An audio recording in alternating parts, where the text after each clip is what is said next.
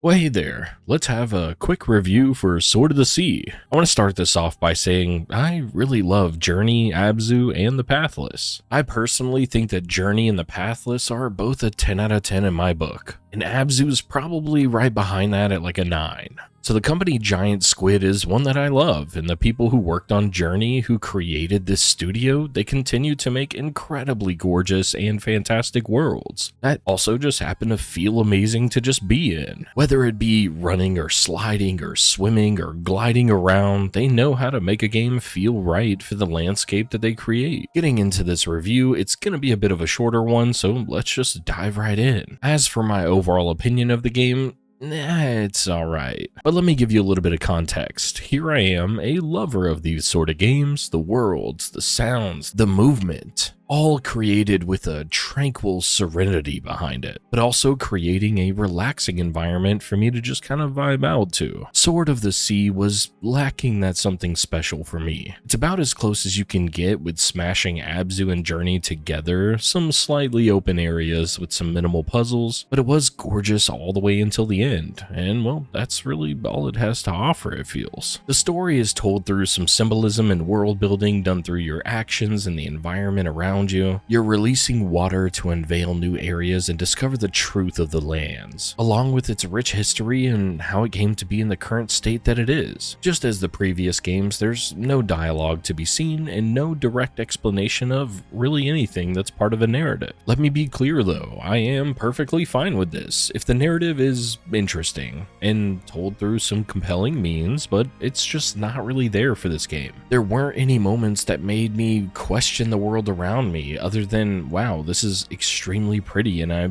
wonder what happened here. But outside of just that general thought, there was not a lot there. The story begins and sorta ends with the same thing of me not truly understanding what happened. There was never really a moment that I saw something that made me want to dive deeper and see more or discover and unveil the world before me. Instead, I felt like I was just going through the motions, finding collectibles and making my way through whatever section of the game it was sorta dragging me through. Yes, Abzu and Journey both do this, but Journey has a way with music and telling you up front about its world. There's something off in the distance that we're working toward, and you know what? We'll figure it out as we get there. Sword of the Sea has a story about restoration, and maybe I'm supposed to be more compelled by this, but returning the world to just a little bit more color, bringing fish back to its watery pools that are changed from an area that you're surfing across made of sand or one made of water. It didn't really invoke as strong of feelings as I had hoped for, but coming into it I was excited to get a familiar feeling to the Giant Squid titles that I'm used to, and it did accomplish this, just not quite on the same scale due to this sort of lacking of storytelling and world building. At least it was for me. I hope someone else out there was able to create their own connections by discovering the world that was hidden beneath the details that maybe I just couldn't find. These ideals of change. And instead of doing a cannonball like I was expecting, it was more or less like dipping a toe in. By the end of it, it left me a little bit disappointed. Now, onto the aspects that I truly enjoyed. The movement and the gameplay. We are sorta Tony Hawk skateboarding around the sand and water, but of course on a sword, soaking in the sun-baked landscape or the depths of a cave. Doing tricks while you surf around does almost nothing, but it is fun. A lot of the environment is built as a bit of a 3D platformer and requires a bit of problem solving, but most of these are very simple as you're just jumping around and finding the correct path to move through. They do get the job done and allow you to remain engaged, especially in that silky smooth sliding around that you're going to be doing non-stop during your playtime here. The controls aren't necessarily perfect, you really do feel like you're constantly sliding on ice, but the game doesn't require an extreme amount of precision either. Instead, you just kind of go with the flow and enjoy the ride. One element that I quite enjoyed was being able to ride on the back of an animal, some sort of fish or whale or something like that reminded me a ton of Abzu.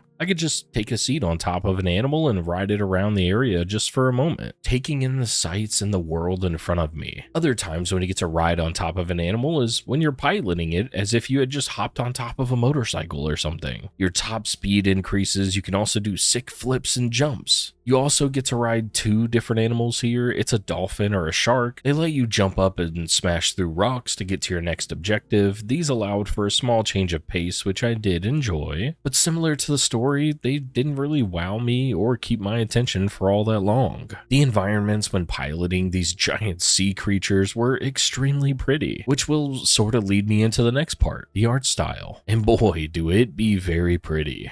You take one glance at this game and you know it's going to be pleasing to the eyes. The rolling hills of sand, or the waves crashing around you. Colors complementing each other in each environment to not steal the showcase from each other. The first half of the game had me wanting more diverse and unique environments, but as we continued and progressed, we entered a cave environment that I absolutely adored. Then there was the mountain with the snow everywhere, the ramps all over the place that allowed you to jump way up in the sky, giving you a different perspective to be shown in a new way. The underworld boat area is also a delight that left me going, oh shit, this game is actually extremely gorgeous. And one of my all-time favorite mechanics in a game is cleansing the world. Seeing how it changes over the course of, well, the changes. Whether it be dispelling the darkness or pushing away the sand to uncover the vast ocean hiding beneath. It's always something that just kind of hit for me, and in Sword of the Sea, I felt the exact same reassurance wash over me as I moved throughout its lands doing just this. I only wish that I had a reason to explore these areas just a little bit more after doing the primary requested objective. Again, there are some very small collectibles and side things to do, but they're not very important and there's no reason to really do them. Audio design in this game is as incredible as always. The music ebbs and flows with you as you ride the waves. Wind picks up as you descend a mountain and blows past your ears. You won't find a better sounding artsy game about water and sand, I'll tell you that much at least. And it's not just the ambient sounds that get to you. The swelling of emotional percussions, the stringed and wind instruments as they come to a head in a crescendo of breathtaking music dancing across my ears. This dude, Austin Wintory, doesn't miss. Like, he genuinely makes incredible music in these games. And this one is just another one that he's created with an amazing soundtrack and audio design for a game that keeps you compelled just with its sound alone. There are quite a bit of collectibles, as I said before, which allow you to purchase upgrades which range from tricks to dropping in, even gaining maybe a larger and a longer jump. These are learned by speaking with a mysterious vendor randomly scattered throughout your journey. See what I did there? Where you walk through the main path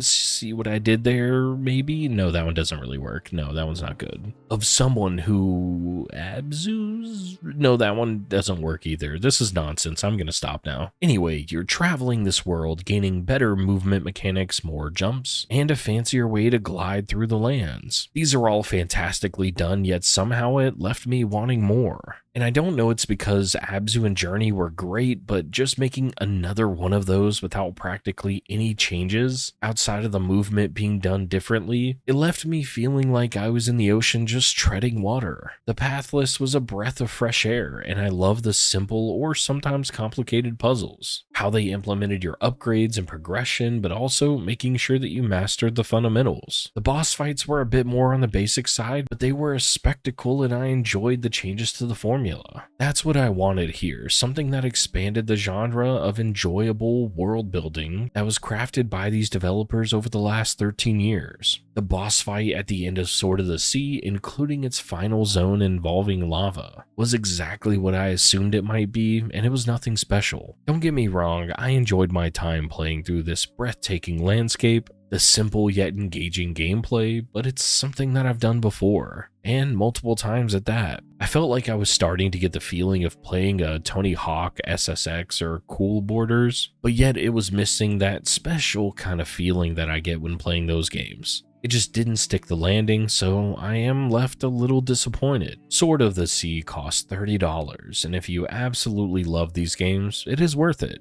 But as someone who was hoping for just something a little bit more and a little different, I've got to say that with the roughly 5 hours that it took me to complete this game, it wasn't worth the money for me. Genuinely, I'm upset that I'm saying this, but with all the incredible games releasing now, you have to punch above your weight just a little bit, or you're gonna get kicked down into the sand. But that's gonna be it for me on this one. I hope you enjoyed it, and I will see you next time.